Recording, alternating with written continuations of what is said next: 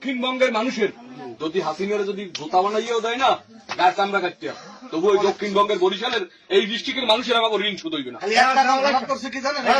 আমাকে দক্ষিণবঙ্গের মানুষের যদি আওয়ামী লীগ সরকারের শেখ হাসিনা যদি পার জুতা বানাই দেয় না পাবলিকে হাসিনারে, এবার আমাকে ঋণ শোধ হইবে না। বাস্তবে যা করে অন্য জেলায় অন্যান্যর কথা করতে পারি না, আমাকে বরিশাল বিবেক এই বিবেকে যা করে দিয়ে গেছে, এই আওয়ামী লীগ সরকার যা করে দিয়ে গেছে, অন্য বিবেকের কথা আমি জানি না। আমরা এই আওয়ামী লীগ সরকার আমাকে এই বঙ্গে যা করে দিয়ে গেছে বরিশাল এই বিভাগে অনেক কিছু ধারণা করার বাইরে। একটা খারাপ করছে কি জানেন, রাস্তা দিয়ে আইয়ার মানুষের পক্ষে ডাকাত করে কি লিখা জানেন, আপনার ফরিদপুর বাঙ্গা ফোন তো 4 লাইন করছে, কিন্তু সেদিকে ওদিকে 4 লাইন না করে সেদিকে 2 লাইন করতো, বরিশাল 2 লাইন করতো।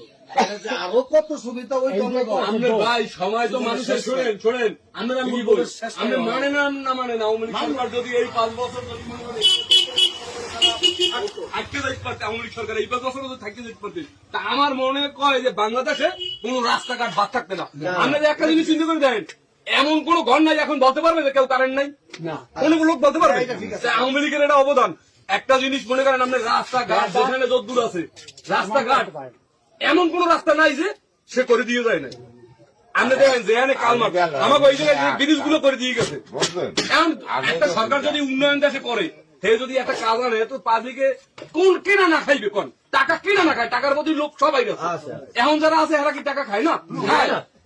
ভালো করে হ্যাঁ দোষ আছে, আর দোষে থাকলে গুণ পারে না, ঠিক আছে? মনে করে বদনাম করলে কি লাভ? যেটা ভালো করে সেটা করলে, যেটা একটু ভুল হইলে এই গুণটা খালি ধরিয়া সেই